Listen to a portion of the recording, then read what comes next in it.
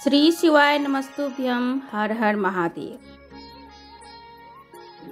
कार्य में सफलता, कोर्ट कचहरी, संतान की प्राप्ति, हार मान गए हैं, इन सभी में आपको अगर सफलता नहीं मिलती है तो यह आपके लिए बहुत ही उपयोगी वीडियो साबित होने वाला है।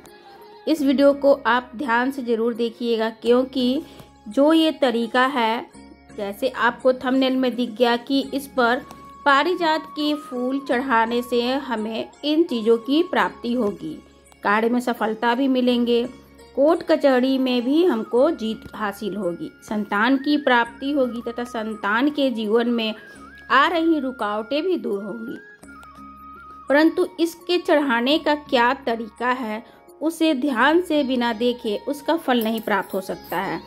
इसे हमें कुछ खास तिथियों पर ही चढ़ाना होता है, जिससे कि हमें शुभ और बहुत अच्छा रिजल्ट मिलता है। हमने इसका उपयोग किया, जैसे पैसे की तंगी के लिए तो बहुत ही वर्क किया था मेरे साथ। आप भी कीजिएगा, और आपके पास अगर है तो पार्क में है तो एक फूल भी इतना ज़्यादा अच्छा रिजल्ट दिया कि मैं आपको वर्णन क्या करूं।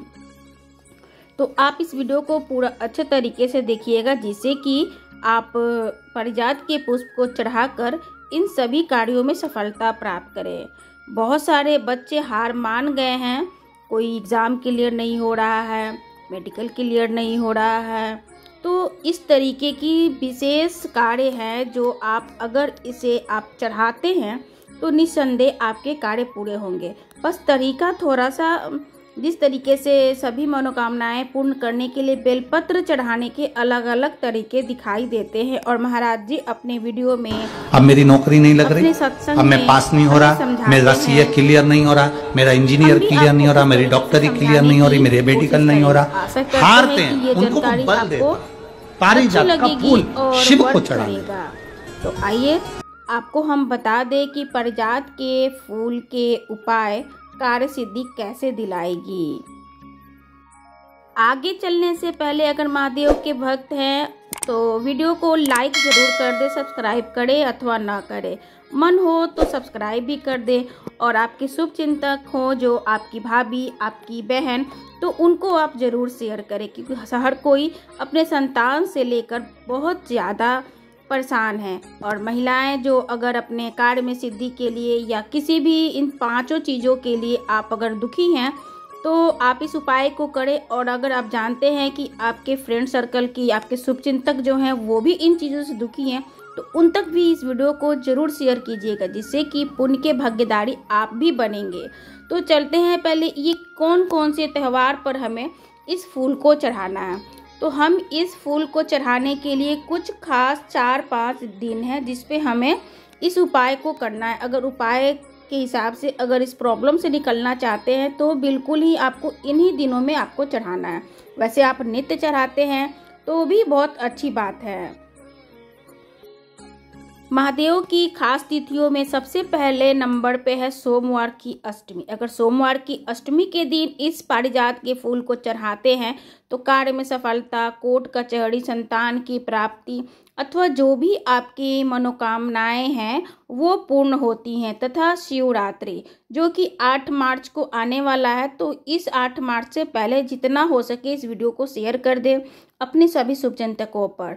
तो ये आपने जाना 5 दिन, जिससे कि आप ये पारिजात के फूल चढ़ाकर कार्य में सफलता, कोर्ट कचहरी, संतान की प्राप्ति तथा अपने जो मनोबल टूट गया है जिन बच्चों की परीक्षा से, अगर वो भी ये पुष्प चढ़ाते हैं तो उनका मनोबल बढ़ जाता है।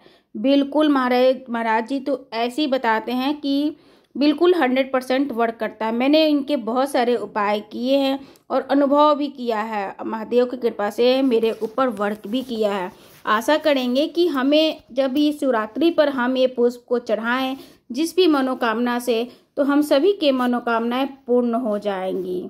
तो अब चलते हैं कि किस तरीके से हमें हार श्रृंगार के फूल को हमें महादेव पर चढ़ाना है।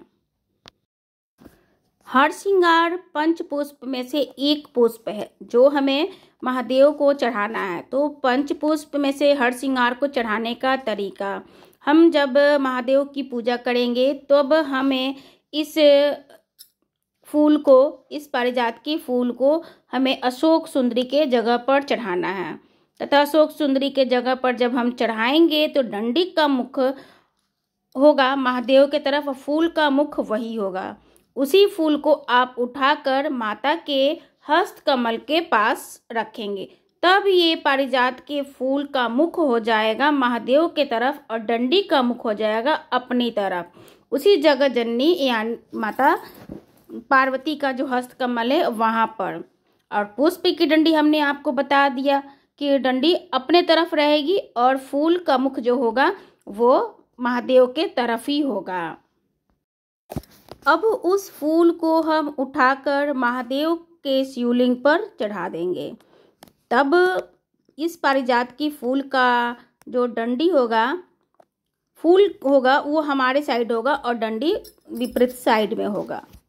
चौथा है कि आप जब पारिजात का फूल लेकर गए हैं तो उस डंडी का जो आपने चढ़ा दिया उसे नहीं, दूसरी फूल से आप उसके पीछे की डंडी को हाथ से मसल्ले या थोड़ा सा आप जिस पर चंदन की बट्टी होती है लगड़ने वाला, उस पर आप उसे थोड़ा सा महादेव को तिलक लगा दें।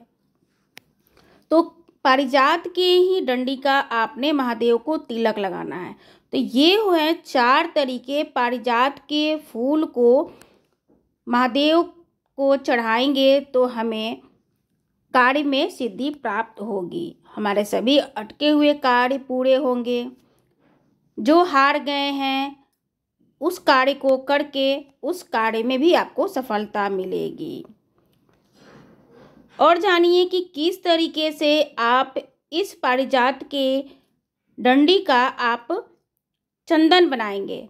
तो जब ज़्यादा फूल निकलने लग जाए, आपको अगर 4 दिन में आपको जब ये चढ़ाना है, जैसे शिवरात्रि आने वाली है, तो आप तत्काल उसकी डंडी को हाथ से थोड़ा सा मसल के या बट्टी पर आप लगड़कर उसको आप टीका लगा दीजिए, तिलक लगा दीजिए, त्रिकुंड लगा दीजिए, त्रिकुंड ही लगाना है।